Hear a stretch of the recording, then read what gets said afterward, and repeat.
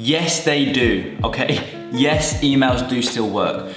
But, and here's the catch, guys, you've got to start putting yourself in the client's shoes, okay? You've got to think, your emails, I know, for majority of people here, I'm speaking majority of people, your email is going to be no different to everybody else's. You got to think of all the emails that the clients are going to get in their inbox on a daily basis. Things from softwares, other companies, like forget marketing agencies, just other companies, like I say, softwares, and then just agencies as a whole. Like there's just going to be so many emails in your clients' inboxes, and emailing has definitely gotten a lot more popular over the past few years in terms of other companies and softwares and agencies and all these different people they're starting to really leverage it because they know how powerful it is. So with that being said, what you now need to do is still use emails because they still work, but you need to start implementing it in a different way. You need to start doing different things in terms of your emailing. And in this video, that's what I'm going to be talking about, exactly how to use emails because they do still work, but how to go about it in a more of an effective way. Guys, as always, just before we jump into the video, make sure you go ahead and smash the like button, subscribe to the channel, because you really do not want to be missing out on this free valuable content that I'm posting every other day on the channel. So guys, emails do still work amazingly well, and I know this and I'm so confident about this because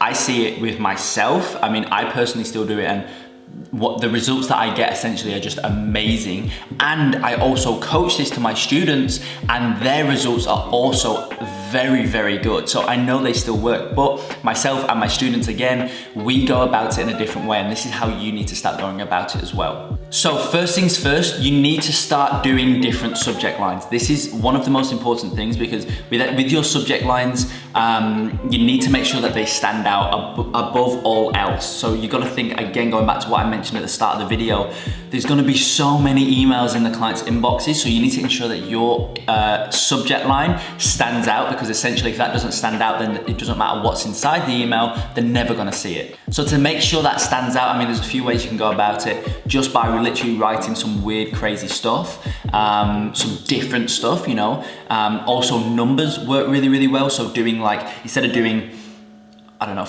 for example, instead of doing $100, you do $109.72 or $101.36.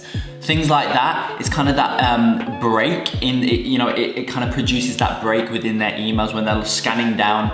Everything's basically the same, and there's a break, and that's your email, that's your headline, that's your subject line being different. So that's first things first. As I said, if you don't get that on point, then it doesn't matter what's inside your email, they're never gonna see it, okay? So that's the first thing. Now the second thing, once they're actually inside your email, you want to ensure that you are making your email as personalized as possible. So there's a few ways to go about that. Personalized as possible could be you just genuinely writing a completely new email for the respective client, whoever that may be. And what I mean by that is you literally finding a business, qualifying them, doing all that kind of stuff. That's very important as well.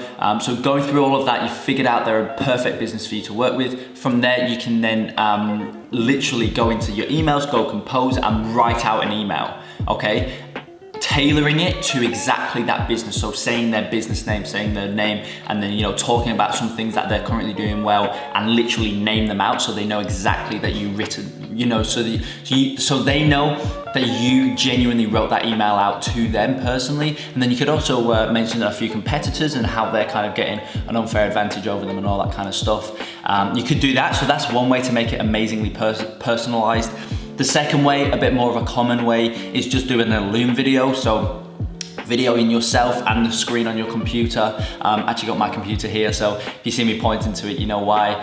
So yeah, videoing yourself and videoing your screen on your computer, and you know, showing them their business, going through their business, showing them what they're doing well, showing them what they could be doing better, showing, you know, what their competitors are doing better than them. Again, you know, showing them, as I say, their business and showing them a competitor. I mean, that's very valuable, and that makes a lot of people convert. That said, it's not the most efficient way to go about outreaching to people if you're trying to get your first few clients and you're really trying to do this at scale, doing Loom videos just genuinely doesn't work for that. So that's, as I said, that's the second way. And the third way, that's probably the most common, the third way, this is what I personally teach to all of my students who kind of have learned my unmatched ecom outreach system. If you want to learn it yourself, by the way, guys, click the link in my description. It's an Instagram link. It's going to take you to my Instagram page. Send me a DM on there and we can get that set up. So yeah, the third way that you can actually go about making it personalized is by having email scripts, okay? And I touched on this in another video. I don't know if it's going to be posted before or after this one, but having email scripts, but throughout the email scripts, you want to add in their name, you want to add in their business name, okay? And as I said, I'm not going to go too much into detail because I did discuss this on another video, but adding in their name, adding in their business name throughout the email script is going to make that email script far more effective than just the email script itself and you saying, hey, the name, and then thank you name at both ends, and not, you know, the body really doesn't mention anything. By adding their name and email, not name and email, their name and business name throughout the email body, it's gonna make it a lot more effective. So that is kind of the first and probably one of the most important ways that you can start to implement emails and make them really effective. Now the third way, obviously the first thing was the subject line, the second thing was the personalization. Now the third thing that you should be implementing as well is follow-up sequences. Again, you've got to put yourself in the client's shoes, because if they get one email from you asking them for, you know, 45 minutes of their time, which is obviously your discovery call, but you know, they get one email from you asking them for 45 minutes of their time, that's just not enough. Honestly, that's not enough. Now granted, with the email scripts that I use and I personally give to all of my students and whatnot, I've seen many times when people actually do convert straight off of the first email and they go ahead and book in a discovery call or a meeting or a strategy session, whatever you want to call it. They go ahead straight off of that initial email, which is great, but that said, majority of people won't. It's just not enough. They really need more. So the third thing, like I said before, is you want to have a follow-up sequence in place. You want to have multiple touch points with the clients, with the potential prospect, whoever it is, because that's going to make them convert. And it's the same dynamic, it's the same concept on Facebook ads. You guys know, if you've ever run a Facebook ad before, yes, some people do convert on the first touch point, which is obviously cold traffic, cold audiences, you know, cold targeting, whatever it is you want to call it. Some people do convert, but a lot of people won't convert. That's where retargeting comes into play. So that's when you want to retarget them. So that's why always retargeting has a lot higher ROAS, because those multiple touch points that you are now making with the client is a lot more, you know, that's going to convert them a lot better. Same concept goes with emails.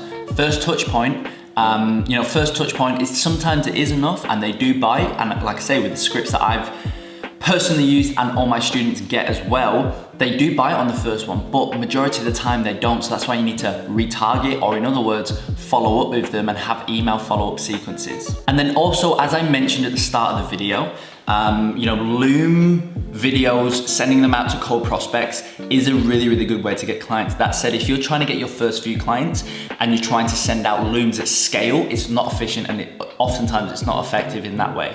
So I don't recommend doing it. I recommend doing cold emails like with this video is basically based around. That said, based on the level of intent that a prospect, that a client shows within your initial emails, within the initial outreach that you do, and the initial follow-up emails as well that you show, if they still haven't bit in terms of scheduling a meeting, in terms of getting back to you or whatever the case may be, if they still haven't done that, what you can then do is actually go ahead and then send a Loom based on the level of intent that they've shown within that initial process. So by you doing that, by you sending out the initial contact, by you following up with them with email sequences, then at the end, based on the level of intent that they've shown within those emails, then you send a Loom. All of that stuff is very positive. All of that stuff will 100% make the client convert so much more than they would just based off of maybe 1 or 2 email scripts that you send out. So definitely guys, if you're currently using emails and you're doing email outreach and it's not effective, do not write it off, because it's very, very effective, but the way that you go about it, the way that you approach things and the things that you physically do massively helps and has a big impact on the effectiveness of the cold emails. So as I said, guys, personally, firsthand, I've seen these work time and time again. I still see it work to this day. My students still see it work to this day, so they still do work. And obviously, the kind of whole concept around this video, should you do cold emails?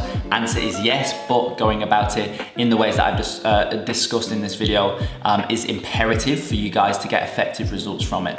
So again, guys, I hope you enjoyed the video. I hope you found value in it. If you did, make sure you go ahead, smash the like button, subscribe to the channel, and I will see you in the next video.